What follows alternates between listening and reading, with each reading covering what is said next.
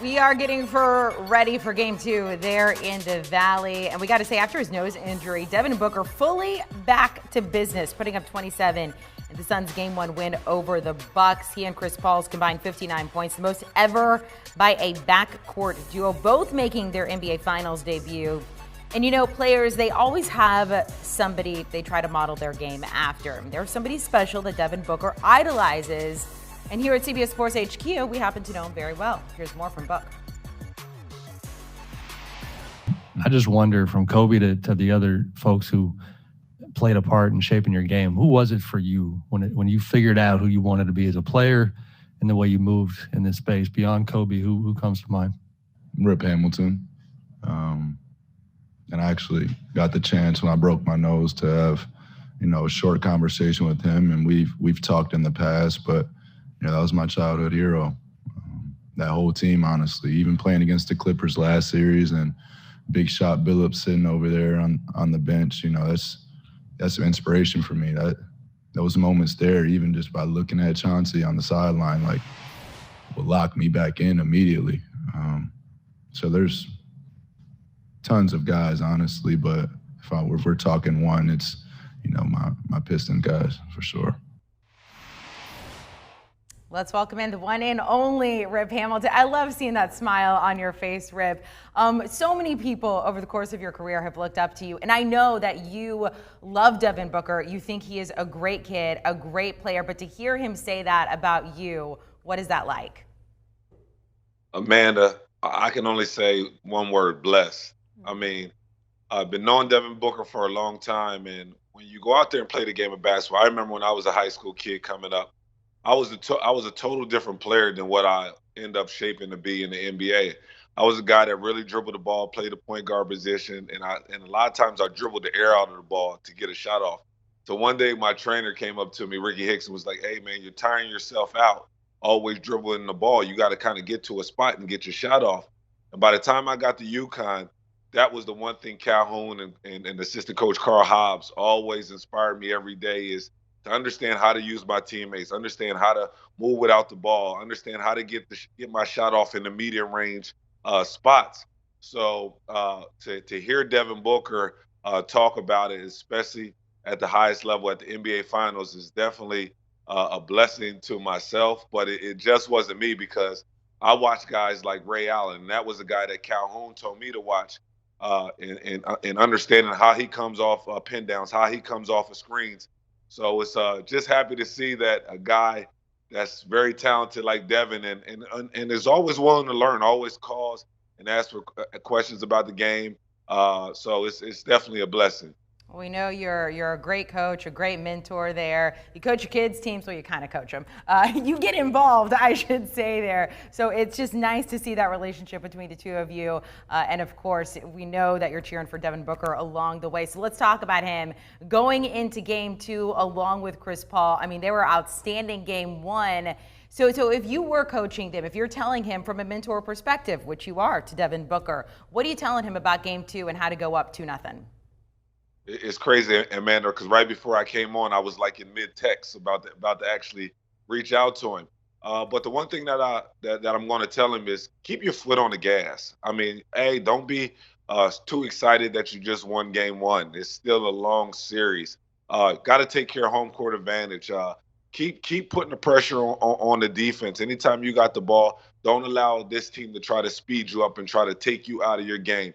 Him and Chris has done already an excellent job of really letting the game come to them, getting to all their spots on the floor, making plays, not just for themselves, but also for their teammates. So I would just tell them, just keep being a student, keep figuring out different ways, because they're going to switch it up defensively. They're not going to allow these guys just to come off pick and roll and just size their man up, especially when they got a bigger man on them. So understanding that, hey, you know what?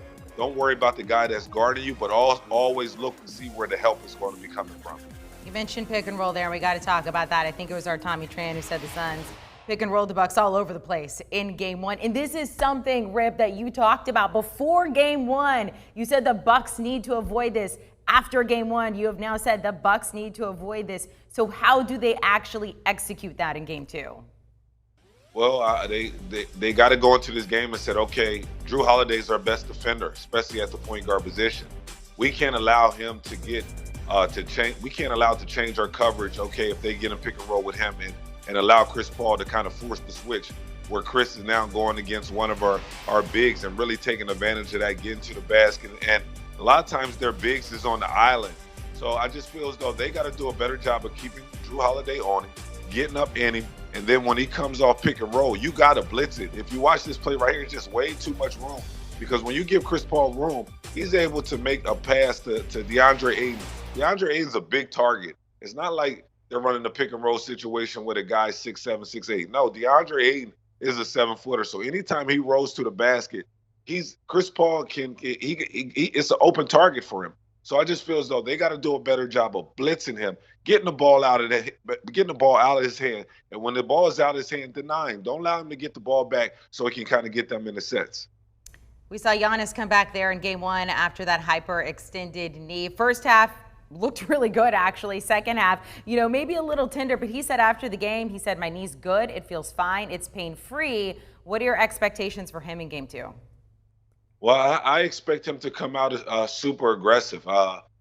In game one, I know that even though he looked great mentally, sometimes when you come off an injury like that, you're still not going 100% because, you don't want to hurt that and you don't want to relive that moment all over again. And it was still fresh in his mind. Just remember, he only missed 2 games. I mean, that's an injury that I expected him to be out for the remainder of the playoffs.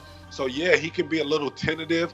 And that's something that, as a fan or as a person watching the game from afar, sometimes we don't see.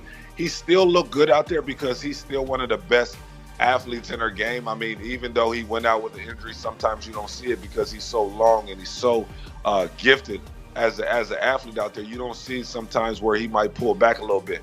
So I do think he'll be a lot more aggressive out there, especially early in the game. Remember, he only took 11 shots. I think that you might look at that number and see that this game he might come out and probably get more into the 15 to 20 shots in this game. So look to see him to be more aggressive out on the floor.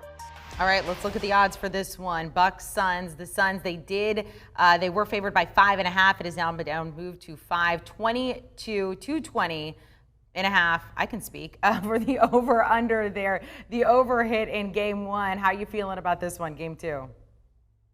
I feel as though the Phoenix Suns is going to come out and be about their business. This team is locked in, Amanda, like I've been telling you. Everybody's happy for each other. They understand the moment. And that's the thing that a lot of teams might get to this spot and say, oh, I'm happy, I'm excited, just to get to the NBA Finals. Hey, the Phoenix Suns weren't even in the playoffs last year.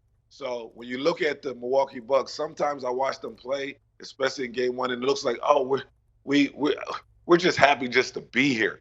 Phoenix, I don't think so. So I'm going with Phoenix getting the edge tonight, especially taking care of home business. Rip Hamilton, thank you so much. You're not just Devin Booker's idol, you're our idol too. And I hope your kids saw that soundbite and think you were extra cool, which they should, Rip Hamilton. We'll talk to you very soon there. Enjoy your day, enjoy the game tonight. All right, there is your schedule. Game 2, that is tonight, 9 Eastern, game 3 Sunday. We're headed back to Milwaukee. We'll see if the Bucks can even it up tonight or if they are heading home down 2 games. Game 4, that will be July 14th, and then, of course, games 5, 6, and 7 if needed. Want a sports network that delivers everything that matters about the game? The highlights, the picks, the instant analysis. No yelling, no fake debates, no politics. Hit the subscribe button and never miss a moment.